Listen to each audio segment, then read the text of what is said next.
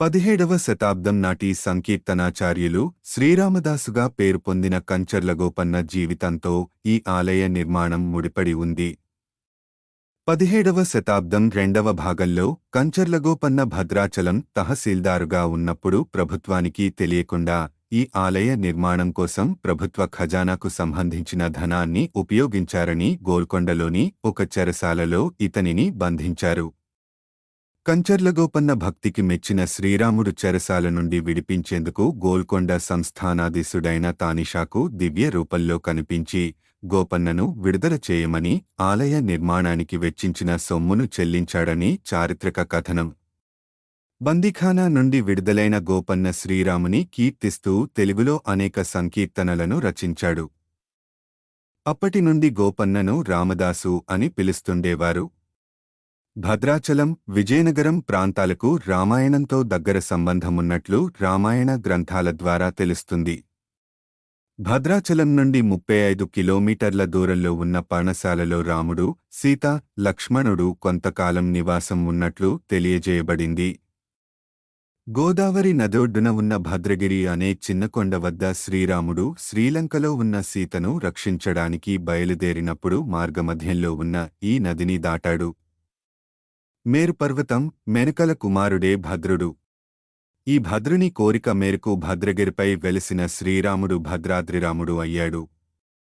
ఈ భద్రగిరిపై వెలిసిన శ్రీరాముని ఆలయమే శ్రీ సీతారామచంద్రస్వామి దేవస్థానం. ప్రపంచవ్యాప్తంగా ప్రసిద్ధి పొందిన ఈ దేవాలయం ప్రపంచ నలుమూలల నుండి వేలాది భక్తులను విశేషంగా ఆకర్షిస్తుంది. పవిత్రమైన గోదావరి నది ఈ కొండను చుట్టుకొని దక్షిణ దిశ వైపుగా ప్రవహిస్తూ ప్రకృతి అందాలను ఒలకపోస్తూ ఒక ప్రసిద్ధ పుణ్యక్షేత్రంగా భాసిల్లేలా భద్రాచలంకి మరింత తోడ్పాటునందించింది. మేరుపర్వతం మెనకలకు లభించిన వరం వల్ల పుట్టిన బాలుడే భద్ర పర్వతం. ఈ భద్రుడి వలనే ఈ చిన్న కొండను భద్రగిరి అని, ఇక్కడ ఏర్పడిన ఊరికి భద్రాచలం అని పేరు వచ్చింది. శ్రీరాముని దేవాలయాలలో ఉండే శ్రీరాముని విగ్రహం 2 చేతులతో మానవుని రూపం పోలి ఉంటుంది. కాని భద్రాచలం దేవాలయంలో ఉండే శ్రీరాముని విగ్రహం 4 చేతులతో శ్రీరామునిలా కుడి చేతిలో బాణంను, ఎడమ చేతిలో విల్లును ధరించి, అలాగే విష్ణువు మాదిరిగా కుడి చేతిలో శంఖును, ఎడమ చేతిలో చక్రంను ధరించి ఉంటుంది. భద్రుని కోరిక మేరకు వైకుంఠం నుండి విచ్చేసిన విష్ణుమూర్తి 4 భుజములతో దర్శనమివ్వటం వల్ల వైకుంఠరామునిగా పిలువబడుతున్నాడు. ఇతర దేవాలయములలో సీతాదేవి రాముని ప్రక్కన నిల్చుని ఉంటుంది. కాని ఈ దేవాలయములో స్వామి ఎడమ తొడపై ఆసీనవతియే ఉంటుంది. మిగిలిన దేవాలయాలలో ఇరువురకు 2 పీఠాలు ఉంటాయి. ఇక్కడ ఒకే పీఠం ఉంటుంది.